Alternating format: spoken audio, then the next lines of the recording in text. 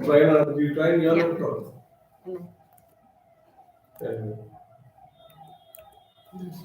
One second, I'll shut this. I think. Yeah, we're good. Yes. Hi, I hope all of you can hear us. Good evening, everyone. Sorry about the delay for a few minutes. Thank you for holding on and waiting. We see your chats coming in. Good to have all of you here. We'll get started with our session on rebuilding the socio-emotional foundation for the child. Right? Today's session, we will understand children behavior. We will understand what we need to do to develop their skills. We'll understand a little bit more on what we need to do to start the curriculum and sail through our academic year smoothly. My name is Sneha. I head the field delivery team here at Credo. I will be moderating today's discussion. And this is Mridula Sridhar, our director. She'll be answering our queries for us today. Just a small note for all of you participating in the session. It's going to be a one-way discussion from our end, as in you won't be able to speak to us, but what you can do is type in your queries in the chat, and we will be more than happy to take them. I'll break intermittently and take questions. So let's begin with we all know that the pandemic has sort of impacted all of us, and more than anybody else, it has impacted the education system very, very largely. So, by education system, it's not only teachers, not only the school, but also entails the parent, and most importantly, it is the child. Right, so let's understand from Mridula ma'am to see what she has to say about what are the effects it has had on the developmental areas for the child. Yeah, hi, good evening, everybody. It's great to be here after a long time trying to get back to school. It's not easy for anyone. I know it has been a huge battle for the schools, but we're happy. We're happy to be back in physical school. And yes, it is going to be a very challenging 2 months, 3 months ahead. So this is a session to hopefully one of many to help you sort out a few things little at a time. The one thing I want to say before even getting started with the solutions is don't get overwhelmed. There's only so much you can do, and every problem has to be sorted a little at a time. So yes, there are going to be challenges. It's not going to be an easy road for the next 3 months. We knew it in the last 2 years when things were badly hit, that when we come back it's going to be a massive challenge. And yes, we're slowly now tasting all the operational difficulties that we have. So let's get started with some of the things that we must keep in mind, especially over the next 3 months. This is not very different from what we knew in the past, but it has just become a lot more critical. So I'd like to start with what we call the 4 areas of development. This is something that we often talk about. Every early childhood theory, no matter what what kind of curriculum or pedagogy you follow, will harp on these 4 areas of development. What are the 4 areas of development? You have your intellectual, which is your academic or cognitive, as you like to call it, or the thinking skills.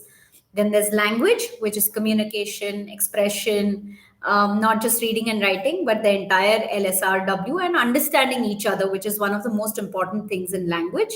There is the socio-emotional, which is what we're going to touch on today. And there is the physical. So these are your 4 areas: physical, intellectual, language, and socio-emotional. So while we're talking about socio-emotional area of development, the one thing that you need to always keep in mind, that these 4 areas are not isolated. You can't just say, okay, I will work on sharing day today. Today is leadership day. Today is the day I will teach the child how to, behave with others. That's not the kind of silos that these 4 areas of development work in. Every one of the areas is interlinked. Physical leads to intellectual, intellectual leads to socio-emotional, socio-emotional will again feed into language, language will go back to socio-emotional. So it's a loop. Please don't look at these 4 areas and say, now I'm doing academic work, later I will do emotional work, later I will do physical development. It's not separate from each other. And I think this understanding will solve about 50% of your problems that you're facing and will face in the next few months. So the one thing, let's get started with the simplest area of development: physical. We all understand physical development easily. We know it's It's just something that we think we're going to walk, we're going to, run, jump, play. But physical is a lot more than that. Physical is just moving from one place to another. In Credo, we have often talked about movement, just letting children walk around. Even that's physical development.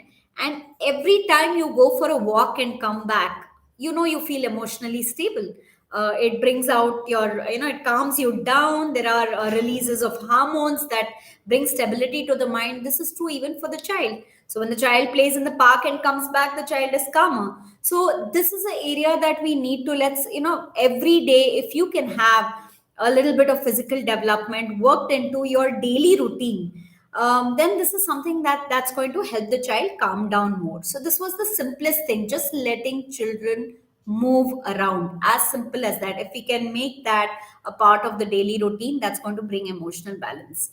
Then let's look at one of the most important areas which affects emotional balance, which is language. Now we know children have come back after 2 years with nobody to talk to, no other children to speak to. Nobody has been talking to each other much other than the bare. All of us are tired. Do you want food? Here's your food. Now you go to sleep. It's time to play. That's all the conversation that's happening in many houses. Everybody is a little tired. Everybody is a little jaded. So this has impacted emotional development the most, because if the child doesn't know how to express, that's the thing that's going to bring the child down the most. And now the child has come to school, they're seeing other children, they don't know how to speak to them. So what does the child do? The child either gets depressed or starts crying, or is going to bite, or is going to kick, because these are all forms of expression. Since they don't know verbal expression, they're going to resort to other forms of expression, which is physical in nature. So if you want to cut down physical expression, the only way to do it is to kind of make sure that the child starts talking faster. And when I say talking, it's not only about knowing new words. If Kannada is the mother tongue, the child has to communicate in Kannada in full sentences. Are your children able to communicate? Just express to the teacher saying, I'm feeling sad, I don't want to work, I want that material. If the child is not talking, the child is going to resort to some other form of expression. So language is one area we always knew will have the biggest impact on emotional balance, and now social balance as well. Because if you're not talking to each other, that's hitting your social component. If I don't know how to behave with another child, then I'm not feeling confident about myself. So this is the one of the biggest impacts on emotional balance.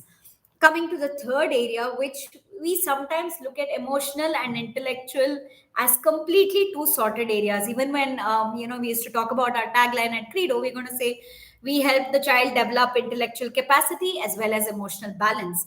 But that doesn't mean the two are not interlinked. Yes, there are two different areas. Yes, both have to be cultivated.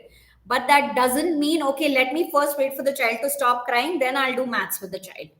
So the more that a child develops intellectually, I am in control, I know the world around me, I can identify this color, I know how to pick up a material with my hands, I feel confident about identifying a letter of the alphabet, the far more confident that I am intellectually, the far more balanced I'm going to be emotionally, which will again feed into intellectual growth. So again, you can't look at it as I'll do first emotional, then later when the child is settled I will do intellectual. It doesn't work like that.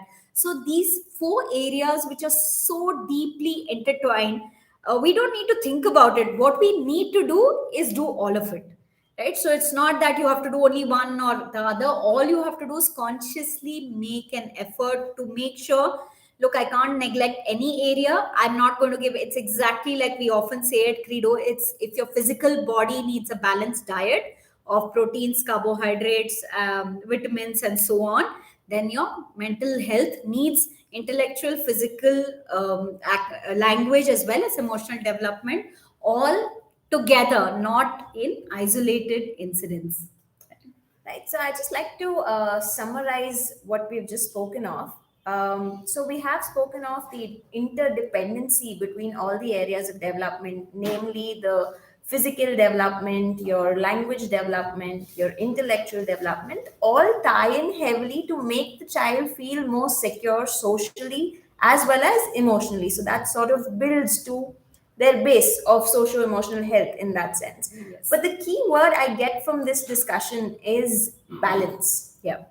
So, what are your thoughts on how, as an education system, we can bring in that balance for the child? Yeah. Sure. So you're all starting new schools or coming back afresh after 2 years. You know, one of the first things we've been doing with all our partner schools, all of you, is to build a timetable. We've been harping on the importance of the timetable for the last 1 month. A timetable is not just X period allocated to X amount, 30 minutes for maths, 30 minutes for language, which is important, which is very, very critical, but it's also within that timetable, what are you going to do? So if you see, for example, in a very if you have 8 periods in a day, for example, we know we have 4 theory subjects, we have maths, we have language, we have cognitive, and so on, all four of which focus on the intellectual development of the child.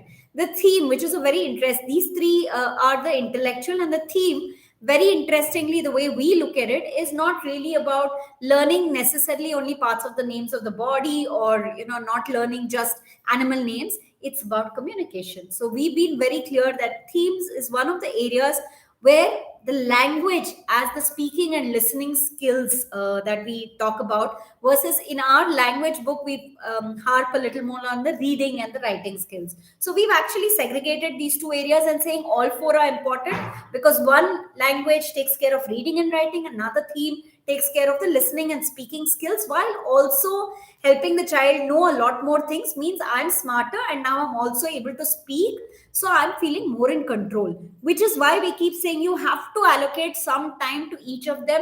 You can't say 3 days I'll do maths and the next 3 days I'll not do maths. We have been harping on the sort of importance of this, to say every day it doesn't work. आप 3 दिन सिर्फ रोटी खाओगे and next 3 days आप सिर्फ दाल खाओगे, वो that is, your body is not going to accept it. The same way the child's mind is not segregated, saying Monday, Wednesday, Tuesday, Wednesday I'll learn maths and then I'll learn sharing. It doesn't work like that. So while maths is happening, there is emotional development happening parallelly, which is something you have to allow. So even during your maths period, you have to have communication.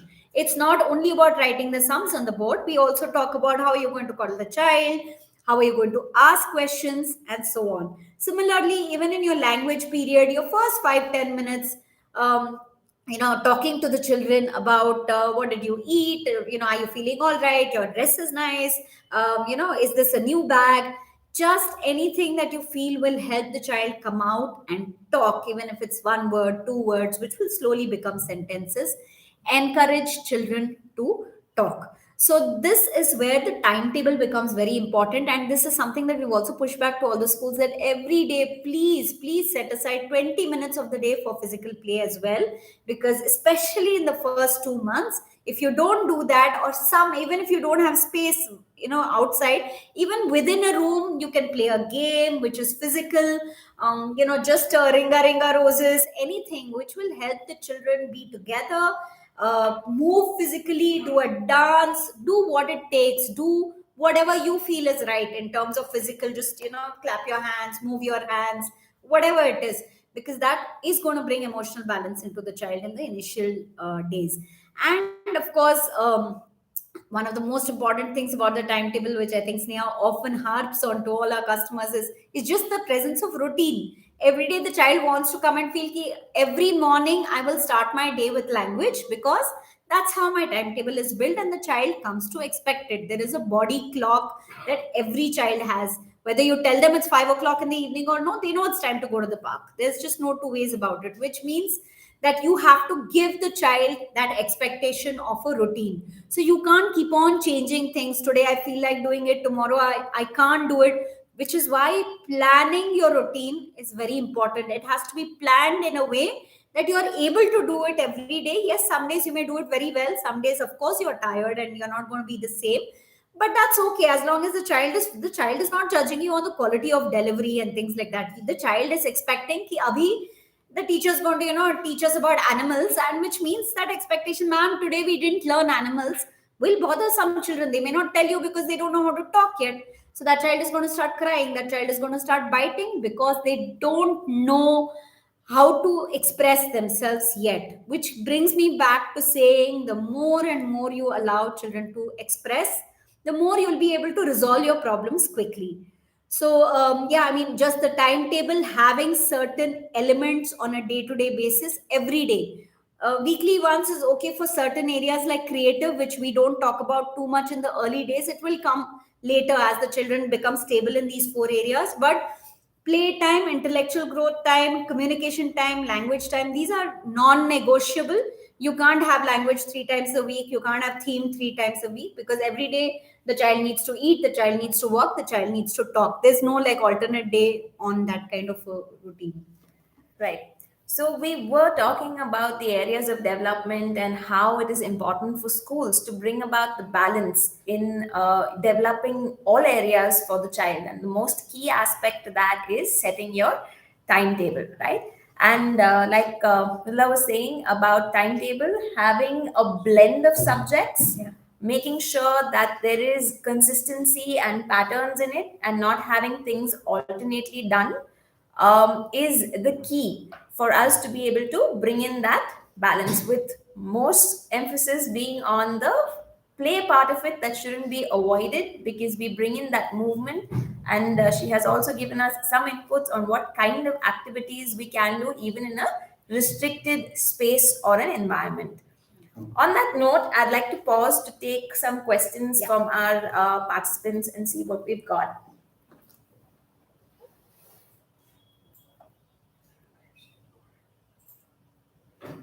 Okay, so we've got a question saying it's very challenging to convert discipline after Corona, and that's very difficult. Yeah. Would you like to Yeah, tell us so some tips on that? absolutely. So there are two things that we often mistake and confuse: obedience versus discipline. Discipline is something that has to come within from the child. It's not something that you can drive. You can drive routine. You can drive patterns. You can drive certain type of behaviors. You can't drive discipline.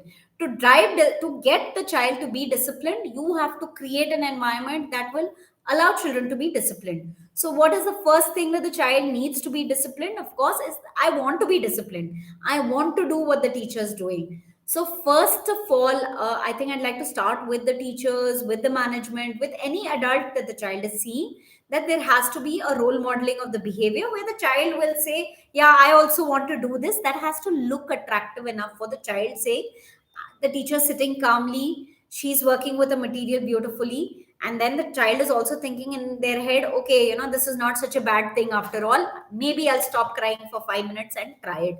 So you need to sort of entice the child to be disciplined. It's not something you can say, come sit down, work with this material. That's not going to work. So how do you get children initiated into this discipline? I think I'll go back to routine a little bit. The minute you set routine, children automatically start getting disciplined. They come to expect, whether they're crying or no, now it's time to stand in a line and go inside the school, I have to do it, becomes in a way a sort of discipline. So discipline builds firstly with a routine that the child starts enjoying. So it can't be a routine where if they're saying, I'm so unhappy, I see some schools saying the child is not happy to come to school and so on. If the child is not happy, there's something wrong with the pattern. The child will become happy if there is variety. So I'll go back to what I said earlier. There are some very interesting materials that you have in your environment. If you're waiting for children to stop crying and hence you will offer the material after that, that's not going to build discipline. It's going to be the reverse. The minute you offer the materials and you start getting the children to, and it won't happen overnight. First day itself, the child's not going to take it and say, okay, now I'm disciplined. That's not how it's going to be. But the child will come, use it for 5 minutes, then cry again, put it back. But on the fifth day, the crying is going to automatically go down unless you've been waiting. To say no, this is we'll wait, let the child stop crying, the child is not ready, then the child will never be ready. So I'm saying you have all your four areas. You have language, you have intellectual, you have physical, and you have emotional. Don't try and address the emotional. The emotional will come from the other three. So offer intellectual exercises, offer physical exercises, water based, sand based, texture based, which we used to talk about, what we call settlement exercises. Just get them to dirty their hands a little bit, painting, finger painting, clay. Offer intellectual, physical, and a lot of conversation if you want emotional to happen. You can't expect them to stop crying if these three are not happening. And yes, of course, they're going to say, no, I don't want to do this. This is not working. Children are there. I know a lot of biting incidents have come. That's because the child doesn't know to talk. So if the child doesn't know to talk, the child is always going to bite. It's as simple as that. There's no other form of expression that the child knows. So you have to get the children engaged in their head, which means intellectually. So you have a lot of beautiful materials which are very simple, calming, even something like circle sorter, which all of you know. It's very soothing even for adults to just take it out when, when even one of we are down, we just like to put it in, we just like to hammer it in, it just calms us down. It's something exciting and just soothing because it's something easy. So these are the kind of things that you need to start giving to the children, where they start calming down because there's a purpose. If you don't give them a purpose, how is the child going to calm down in the first place? So these are things that you need to sort of come to say. Of course, there are going to be speech issues, there are going to be language difficulty issues. The child doesn't even know how to open the mouth because they've been given food that's easy to eat at home. Eating is going to take a long time. So there's so many things related. But if you don't make that effort to say, but I am going to do maths, but I am going to do language, but I'm going to do physical activity, the minute you do your stuff, the child is automatically going to start following into those patterns. Right. Right. So the crux of what we've been discussing so far is that if we want to get the child to discipline and follow the routine that we are aiming to set up as a part of our timetable, there are probably like four top things for us to do. Is one is to role model, Yeah. like to be able to showcase what it means to be disciplined, and then we keep offering different Yes. variety of things for the child to be Yes. busy with. So keep the child busy would be the third thing. Yeah. And just do what you know that you've been doing before the pandemic. Also, I think as teachers we've sort of forgotten that, we Yeah. already used to do these things, and now coming back after like a 2-year gap is sort of bringing a lot of these questions in our mind. So to continue to do what you know the best, right? Okay, I'll just take one quick question before we move into the next segment. And while Sneha's taking that, it's great to read your comments. I've been reading them as we talk, and it's great to see some of you are already following. Bindu, it's great to see that it's working for you. I know a lot of you are struggling with some of the other questions which we'll take, but it's great to see some of you have already started. And I just want to also bring in that in some schools we are seeing settling happening faster than the others, where they've already started the timetable. So I just want to re-emphasize that wherever the routines have started, you have to start it. Don't wait. There's nothing left to wait for. That's something that I'd like to re-emphasize. It's already begun, so get started. Right, with all of our discussion, there is a lot that lies on the teacher's shoulders, right? So what is it that they need to be ready with for them to be able to do all of what we are saying? Yeah, absolutely. I think teachers are literally soldiers this year. Hats off to all of you for. I don't even. I mean, people cannot even imagine the kind of difficulties that y'all are going through, and heartfelt empathies, support from our side. I know it's very challenging. Y'all have come back after a 2-year break yourself. There are things that we all have forgotten how to do, which we used to do so easily. The first time I did a training session 2 months ago, I just thought for a minute I've forgotten how to speak just before I started. It's that bad because we've not done it for 2 years. But you have to get back to rhythm. Practice, more practice. That's one thing that I have to push back on the teachers saying, yeah, you've forgotten to walk. It has been 2 years, so just walk again. It'll come back. It's a matter of a few days. That's one. And to think about what you're going to do. When I say think, it comes back to planning and preparation.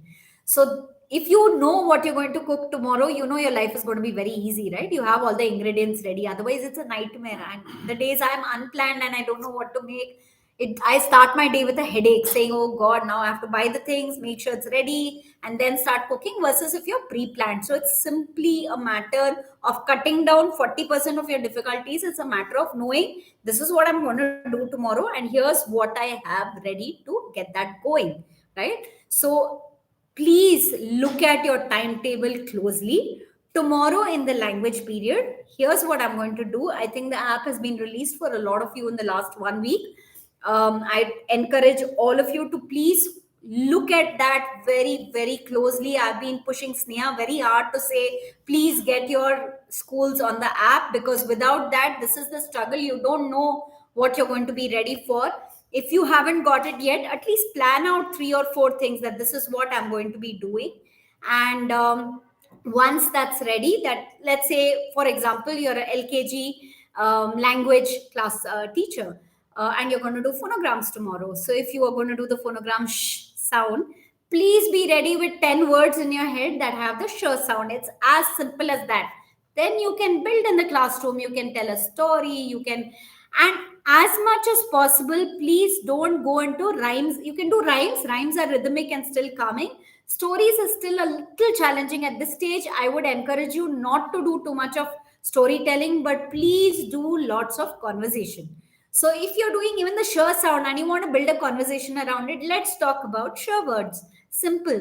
So do you know wash is a sh sound, and children will love the sound of sh. It's so calming and it's so much fun to, they'll just keep saying shh, shh, shh, and that's fine. That's conversation. That's speaking for the child. So whether it's, bush and wash and rash and lash and wish, you have 20 words written, you can build a conversation around it. So if you just go at least that 10-minute preparation, ye 10 minute ke liye it will ye khatam ho jayega, then you can look at what else I can do in terms of my worksheet. That's anywhere available to you, saying I have to do so and so worksheet, that you already know. But along with that, if you go a little prepared as far as your theory classes are concerned, that will cut down a lot of your burden in the class where you're trying to sort what to do. In the class, again, there are going to be 10 of them crying, 20 of them listening, 5 of them have slept off, which is okay. That's how it's going to be. They're all going to take time to get into the rhythm.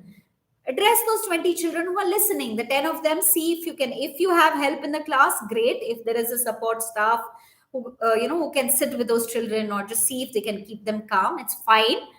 But it's okay. Even if that's not happening, you'll just have to live with it. As far as the lab goes, I would encourage every one of you who has as much time as you can, please spend it in the lab. Even if your timetable doesn't say that and you want to spend an extra half an hour in the initial days, it will save you lots of trouble. A, the child will get intellectually ahead, and two, you don't have to focus on every child in the lab. Remember that there is enough help for you in the lab with the materials for them to be able to sort of engage themselves, as well as, remember, physical is happening, intellectual is happening, two children are talking to each other, so language is happening, emotional is bound to happen. So why are you complicating your life by saying I will not start the lab till the child stops crying? That's the worst thing that you can do to yourself, not even the child, because you're increasing your own burden, right? So get them there. You have help, you have the materials, you have physical there, you have emotional there, you have everything going there. So use it. The more you use it, the faster your routines will fall in place. Right. As you rightly said, being planned and prepared for a teacher is somehow summarizing it for us to say, please follow your timetable, spend a lot of time in the lab where your children are occupied physically, and that's the route to intellectual and socio-emotional sort of, they're settling down in that routine and that pattern. Right? But there's a lot that's going on in a teacher's mind to say, that's what I want to do. But there are children from different backgrounds, from different levels. Some of them don't know how to speak, some of them are crying and biting. And when all of that is happening, how am I supposed to still focus on the timetable? So, I think you have to practice the art literally of saying it's going to happen. When you start expecting the worst, it's okay. It's not, when you're not expecting it and it happens, it's kind of difficult to deal with it. But go in saying, I'm going to be calm no matter what. Of course, 5 children are going to be crying. If it's unbearable and if you really feel the others are getting super distracted, then you can find an alternate way to engage those 5 children if you have help. I know in some of your schools there isn't any additional help right now, and it's difficult. There are shortage of teachers across the country. Children will settle. Just leave them be, because if you make your activity interesting with the other 10 children who are not crying, these 5 are bound to join in. But if you're going on sitting with the 5 who are crying, the other 10 are going to be bored and everything will become chaotic, which I know right now in a lot of schools it's happening, because suddenly the teacher is overwhelmed. I don't know what to do. Oh my God, everything is crashing around me. What am I supposed to do? Just do what you are supposed to do. The crying children will anyway fall in line, and give them a little time. If you have, if you have a little extra help. If the school managements are okay with it, if there's one support staff, one additional teacher between 4 5 sections who can keep crying children engaged in maybe in another room or with an art activity, that's great. I know some of your preschools have it. In some of our K-12 schools, I know that's a challenge. If it's there, please request for 1 month, can we have additional activities or play or art or just anything, newspaper tearing, you don't have to do any expensive investments, scribbling on the newspaper, whatever it is, put newspaper on the walls and get children to scribble, it will calm them down. So these are some of the things that you can do: water based activities, sand based activities, stick newspaper on the wall. None of this costs money, none of this is something that you have to go and buy in the market. You can have it, you will have clay in the school, just roll chapatis with it. It will be necessary for those 5 children out of 30 who are really having a difficult time. But you can't brand everybody saying sab log ro rahe, everybody's crying. You know you're having a difficult time with 5 of them. And I want to push back here to some of the schools saying we are seeing a lot of variations in geographical regions. We are seeing a lot of children in tier 2, tier 3, tier 4 cities loving school. They're coming to school with excitement because they've been cooped up at home with nobody to talk to, with nobody to share with. And parents are also like, school shuru ho gaya, going with that mindset. And children are settling down pretty fast. I think in the metros, there is a lot of parental challenge as well. And you will have to learn to deal with some of it, which we'll talk about a little later. But um, you just need to make children feel excited about whatever it is they're doing. And I would encourage, for those who are crying too much and really you're not able to manage, this is more than normal, use a lot of physical texture, use a lot of physical scribbling, ball throwing, throw the ball into the basket, use gross motor skills as much as you can, not fine motor, not those tiny movements which will confuse the child, but big movements which the child will calm down with. I think you have to focus on the big movements in the gross motor for children who are only for those who are really struggling to calm down and kind of get back into the routine. Right, right. The movement and the physical gross motor will help them release their energy and sort of Absolutely. calm down far easily. Yeah. Would it also be okay to say at this point to have batches and smaller duration of timings to sort of start the children with and for the teachers to get accustomed to? Absolutely, yeah. If you absolutely, if you can't manage 40 minutes of a math period, it's really difficult. Cut it down to 20. In the remaining 20, do physical activity, if that's what it takes. In the lab, you're not able to manage 40 children at a time. See if you can get a support staff. In the lab period, we've given you in your timetables, all of you, we've given you 2 periods in your timetable, most of you for lab. Take one batch in period one, see if another 10 can be managed in the classroom with another teacher with your B section. Then next period you exchange. So work these small strategies. Teachers, please cooperate with each other so that you can manage. And by that time, those 10 come back who are really learning, the other 10 can join them, because now you don't have to pay attention to the 10 who are already settled. So please get your first 10 children settled as early as possible. Don't say, "Main ro raha bachcha," I'm only focusing on the child who's crying.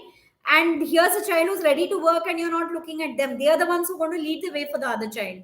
So please ensure that, if you can break it, if you can get some children to start working, what are they waiting for? They need to get started. Maybe that those children are ready for 2 periods in the lab versus one is ready for only 10 minutes, 20 minutes. Start, but don't not take them to the lab. Try it every day. It needs patience. Say, "Nee, for 10 days I've been trying, for 15 days it's not working." Yeah, it may take 30 days for 2 of those children, but see that 30 have settled. So it's not every child that's going to take 60 days to settle. Yes, there are going to be 2 or 3. That's okay. That cannot be the example to lead the way for the rest of the class. Right. I think just drawing back to your previous conversation, our previous conversation on obedience versus discipline, the question that came in sort of comes back to even us as adults being at it in a routine to keep going, keep inviting, and keep trying again and again till it sort of falls in place. Absolutely. Yeah. I think I just read a very interesting quote yesterday that says motivation is a feeling, discipline is there for life, even for us. It's not only for the children. So only if we are disciplined, they are going to be disciplined. If we fall into a routine, they will fall into a routine. So today I'm tired, I can't do it, but tomorrow I'll do it. That doesn't work for the child. So please, teachers, with all the hard work that you're putting in, make your life little easy. Just become disciplined, ignore everything else, shut out all the things. You do your job, you know you're going to see results. It's a matter of 15-20 days. Yes, it's difficult. Don't get, this is so difficult. I know a few teachers have even quit jobs saying, I can't deal with it. I feel really bad because it's such a wonderful profession and you're going to enjoy it so much 2 months down the line. Don't give up. It's difficult for one more month. Just bear with it, and you're going to see the other side. There's just no doubt about it. Every child is going to reach there. Yes, two or three out of 30 are going to give you a little difficult time. That's quite all right. Right. So there's usually always a question in a teacher's mind, oh my God, like children take time to settle. Like we did mention, the first 3 months will be sort of settling in for us as adults for the child. But there's always this urgency to finish curriculum and to finish what's been defined in the books. How do we sort of manage that? Yeah, so I think we've all read in every newspaper that we've been reading for the last 6 months about the worry around the learning gaps, right? What the thing, they missed 2 years, 700 days of education. It's not small. My focus would always be more on making sure those gaps are filled. Even if you don't finish the last chapter in your book, it's okay. We'll finish it somehow next year. We'll catch up. There's always revision. So focus on getting what should have already been there in the next 2 months. A UKG child is coming for the first time. Phonetics has to become strong. Blend words and phonograms have to become strong. The child doesn't know long A sounds, maybe even in December. That's okay. Even our test papers are going to be structured more around what the child should have definitely got, rather than I hope at least 50% of the children would have got this. So yes, there is a syllabus, yes, there is a curriculum, but make sure your first 3 chapters of every book, which is like revision and what is very in the beginning stages, you spend more time over that because the child is ready for that. And that is at an intellectual level, even if they've come back after a 2 year gap, that the child can cope up with. And with the lab in place, it's not difficult for the child to cope up with those first 2 or 3 things that you have in every book. If okay, you're not able to finish the last chapter because there was so much happening in grade 1, I am sure if you explain to the parents that this is the focus, a parent is more than happy to say okay with you. Because it's okay if my child doesn't know fractions or money, just get addition and subtraction in place, which is where the focus is going to be for us as well. So do not focus too much on, oh, I have so much to do. Just go, be calm, be planned and methodical, and go with the flow. We have also built the planner in a way that will be easy for you to do. If for 5 days you're not able to do, it's piled up, don't get hassled. It'll happen 5 days later. We'll find some 5 days in October when you can catch up with your curriculum. That's okay. But don't get, that should not be the driving factor for you to say, I'm not able to do this. And don't get, oh my God, there's so much to finish. It's okay. It's fine. There is a syllabus and you will get to the main aspects. I'm 100% sure all of you will be able to finish. The side aspects this year, I don't think even the best teacher in the world is going to struggle to finish everything that there is in a. We are very clear. This year, 70% learning outcomes means phenomenal job. We are very clear in our head. So please aim for that and make sure that aspect is covered fully. Right, right. Most and most emphasis on us settling the child, following a Yeah. routine, getting into that rhythm and pace, and then coming to the curriculum, going on by and by to say, let's do it that at a pace that works for the teacher as well as the child, and take it with calmness and ease, irrespective of all the other distractions that sort of come our way in our path. Right. So before we move to the next segment on parents, I'd like to take a couple of questions from our listeners. Let's see what we have on that. A lot of questions coming in on children only responding in their mother tongue and teachers not being equipped to handle that variety of language. So, Yeah. any suggestions? I think you have to allow children to communicate in their mother tongue for at least for the next 1 month. I think the push or thrust on speak in English can come after 1 or 2 months. Let the child speak, period. Doesn't matter what language it is. If hopefully there's a teacher who understands the mother tongue, it's good because the child needs to then feel like he's being understood. He or she is able to get an answer back. If you know their mother tongue, let the child speak in the mother tongue. You start speaking in slow English. The child will keep replying in mother tongue because the child will soon, very soon, in 3 days, start understanding. If the simple things the child says, "Pani chahiye" in Hindi, and you're saying, "Yes, get your water bottle," or "Here is water." Child knows that you have understood what the child is asking. All that the child is asking is, "Am I understood?" And if the child is talking and saying, "No, no, you say that in English," not at this stage. Absolutely no. A month and a half down the line, that is a discussion that we'll see how to transition. And by that time, the child will naturally start speaking in few words of English. So absolutely allow children to communicate in any language that they want to for the first couple of months. Right. I think a lot of questions came in on that front. Of course, we have addressed concerns on what to do if the child is biting. We'll still continue to offer, we'll still continue to keep the child engaged, keep the child involved, give some physical movement for them to settle and calm so that the intellectual route as well as the socio-emotional route is taken up. Right, moving to the next segment on parents. Where does the parent support count for us in this entire equation? Sure. So there are two things. One, so here you are, you're a teacher, you're planning your daily routine, you're making sure everything is available to you, the lab is there, you're using physical, emotional, all the four areas. You're doing everything that you have to do. We are still seeing variations in different children with different backgrounds from different, obviously, different homes, different parental expectations.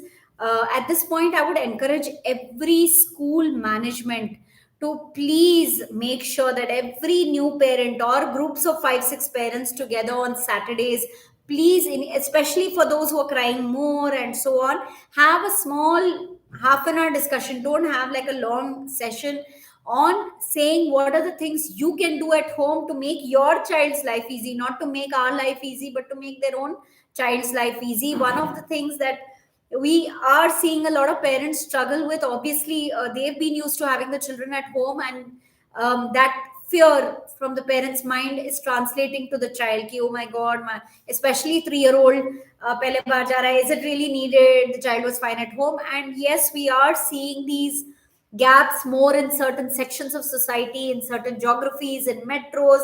It's a little more this problem where, especially if it's not been a working parent, they've had a lot of ample opportunity to spend time at home with their child. And obviously, it's a parent's nervous reaction to sort of let go of their children. So please explain to parents how their confidence in the school is what is going to help the child calm down. It's very, very important that the parent feels excited about school, and the parent feels, "Wow, my child is going to really do well here." One, and which means you have to have a very good relationship with the parent. You can't just brush them aside and say, "This parent is giving me trouble." Parents have their viewpoints. Yes, it sometimes may make life a little challenging for you, but please address those problems to say, if we both want ABC child to settle down, then we need to work together to make this happen. So routines at home, unfed children coming to school without breakfast, already children are struggling. If they're going to come without food in their stomach, it's going to be so difficult. They've just got up straight out of bed. We used to always have these problems earlier also. This year, if this is all going to happen, it's just going to add to extra problems. So please push children to say, if the school is at 9 o'clock, wake your child at 7. Please give them a bath, give them time to get hungry. Then by 8 o'clock, they'll start feeling little hungry. Give them what it takes, just enough for them, not overfeed them and make them vomit in school, but just enough for them to feel comfortable in their stomach. Don't overfeed, and don't send too much food in the dabba. It's not going to get over. Just send enough to do this. When you do this, your child's mind will work better. Your child is emotionally balanced. If you want your child to stop crying, you need to do all these things. But please explain this to the parents to say, here are the things that you can do that will help us both to settle your child in faster. So this is something that's very, very important, to make sure every child is coming in with some food in their stomach, not too much. And also, don't expect that everything will be, the child will eat at 10:30. If there's a snack break, may not happen. The child is not hungry. Give them little time. Whenever the child is hungry later, let them eat. You be flexible about some of these things in the first 1 month. Please don't say snack break, so you should eat then. It's not going to happen, all those things. So ask the parent to also be cooperative. get their routines and habits in place, get their eating as much in order in place, and push parents to talk to their children at home. So parent is just saying, my bacha bhook lag raha hai, I just give chapati. Without even asking, are you hungry? Aapko bhook lag rahi? Ask in your mother tongue, are you hungry? Make the child come and say, I want a glass of water. We've always pushed to tell parents, talk to your, let the child talk. Don't just, the child will point to something and you'll just give it. Don't do that. The child needs to use their mouth, one for eating, one for talking. If they're not using their mouth, their emotional balance is going to go for a toss. So please ensure parents understand, and we ourselves are struggling to understand. Please understand, for parents it's a one time experience. How are they going to know these things if you don't tell them? Yes, the grandparents may be saying, but it's different when it comes from the school. It's a very, very different proposition. So please make sure you give what we typically call a parent orientation program. Do it in any way, do it informally, do it for half an hour with parents who are struggling. So make sure that you're making everybody's life easy by explaining all of this to the parents as well.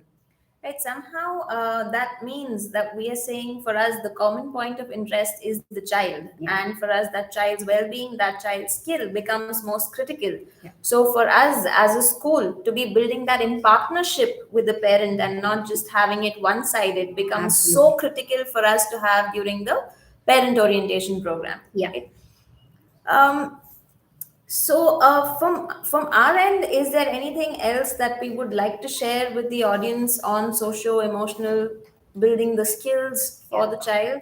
I think going back to some of the questions that I'm again seeing on the chat windows in terms of writing, in terms of just academic learning, not speaking English, no problem. Don't even think about it as a problem. Please erase all these questions from your mind, not just from the chat window. These are not problems. This is how a child begins to learn.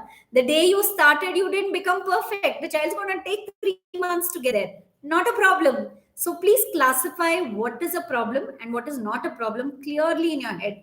Child not learning yet, not a problem. Child started not at all settling down, crying immensely, still a problem that needs to be addressed in some way or the other.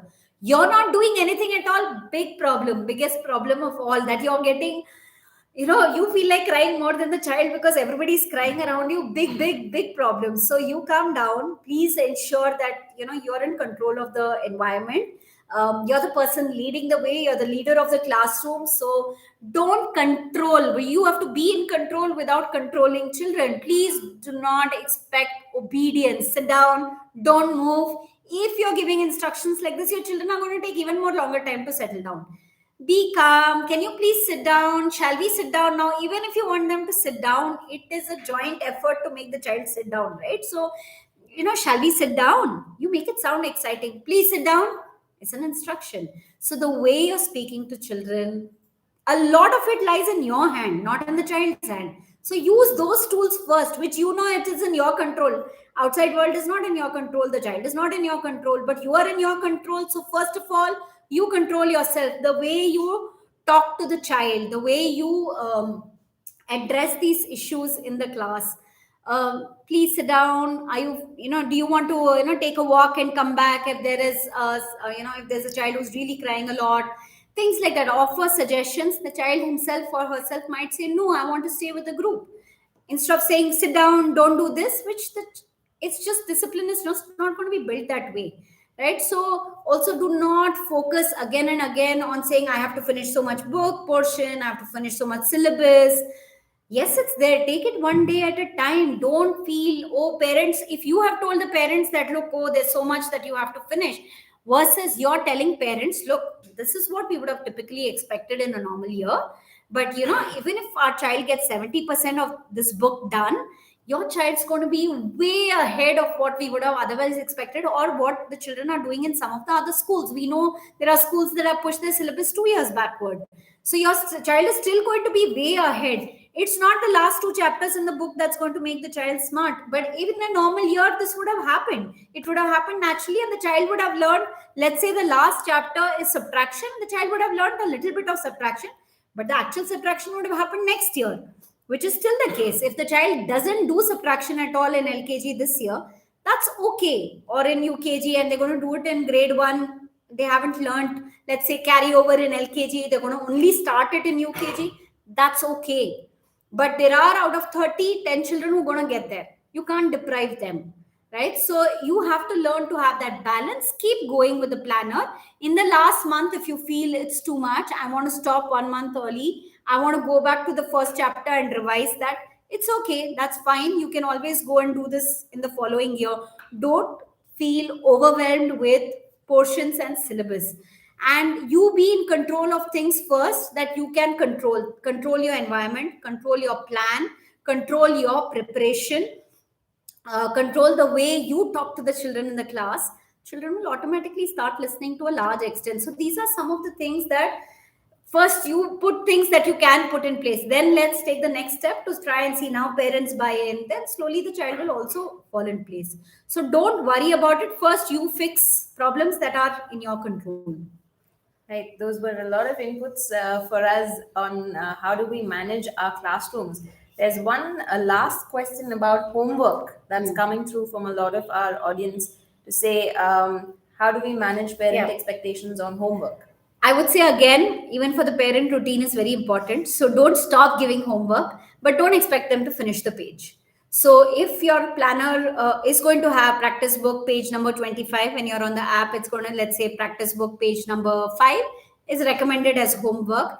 Just ensure that the child spends some time on starting it at home. If the child hasn't finished the page and the first few pages are all empty, that's okay. If the child, instead of writing 10 words, has written 2 words, that's also okay. The child has written them terribly, brilliant. That means the child is getting there. Has written 8 words and written them really badly, very good. You have done your job really well. Don't focus on, I have to write 10 words and write it neatly. That's not homework. Homework is, today we did chur words. The child also wrote 2 chur words in the house. He was seeing the other 8 and wrote it or did not write it. So that's it. Everything is not about completion, it's about routine. It's about saying yes, for 10 minutes in the house the child spend time on homework, which the parent is expecting, you're expecting, and it's not harmful to the child to say, I can do so much and I'm enjoying doing it, I'm not going to do more than this. At some point the child will finish. If you really feel it's important, there isn't that much homework through the year, there are 3 practice books, you can get them started in the school, you can do it on Saturdays if you feel it's important. Next month, please don't focus on it this month. This month is all about language, getting the children started and emotionally settling down into a routine. So don't eliminate homework. I'm still saying give homework, don't expect it to be finished. Key homework is not finish page number 25, it is start page number 25. Even if it's partially done, it's fine, it's okay. Right. That it's been a great conversation today in terms of understanding what we need to do as a system altogether, from the school, from the teacher, from the parent, all to support the emotional well-being for the child, which is very, very, very, very simply just following a routine and keeping the stress out of the window and continuing to do what we know to do best as part of being teachers and educators. Yeah, absolutely. I think we are all part of an ecosystem which has every element. There's us who's helping and supporting you. There's the school management which is trying to make these things all together. And most importantly, your teachers, all of you who are actually the warriors on the field out there, and the parents who have a very, very vested interest. They also, remember, the parents want to make their child better. So if you can appeal to that sense in the parent to say here, is, together we can do this, but arrive at the right solutions. Feel free to check with us. Is it okay to have the mother sit in throughout the day? I would say no. Maybe 2 days, not more than that. It's becoming a routine, then it's not okay. That can't be a routine. Set the routine in. Anytime you start a routine, it's going to get very challenging. Shorter durations initially, yes, of course. You can cut down the timings if you feel the child is crying too much. 2 hours is too long to let the child cry. Get the child in for an hour and send the child home. That's okay. Whatever you do, try and build towards the child falling into a pattern. The minute the pattern happens, the child will become disciplined, and that's what you want. You want the child to be disciplined, not obedient. So don't wait for them to listen to you. Just build the pattern in a way that the child wants to become disciplined. And that's I know it sounds very easy when I'm saying it here. I know it's going to be 40 children and a lot of other factors for you. but we'll get there together. Don't get worked up. It's okay. We're all going to be at 50% outcomes right now for the next two months. We'll get there by August. All of us hopefully will be in a better space. In wherever we are. Also, on that note, just a reminder, a lot of us are into the system for this academic year, just about a month and a half. Yeah. We have still a long duration to go. So stay put, stay right there, and continue with the routine, and you should be in a good space, like Mrunala Yeah, said, 3 months later. absolutely. And I know a lot of questions have come on the app and other things. The app is ready. Please push your LMs to, please give your children's details as soon as possible. The apps are getting loaded every day. The minute you have that, you have a lot of support in the app. So everything that we are talking about is in the app also in terms of the routine. At least you also feel in control. I know what to do. So get there quickly. And don't worry, you're doing a phenomenal job. I really, really mean it from the bottom of my heart. And just stay there. We'll have more sessions on any kind of issues that you're facing later, right? So Thank you. Thank Thank you, you. everyone, for your time. Thank you for your participation, and we will see you. Thank so you. bye bye, see ya.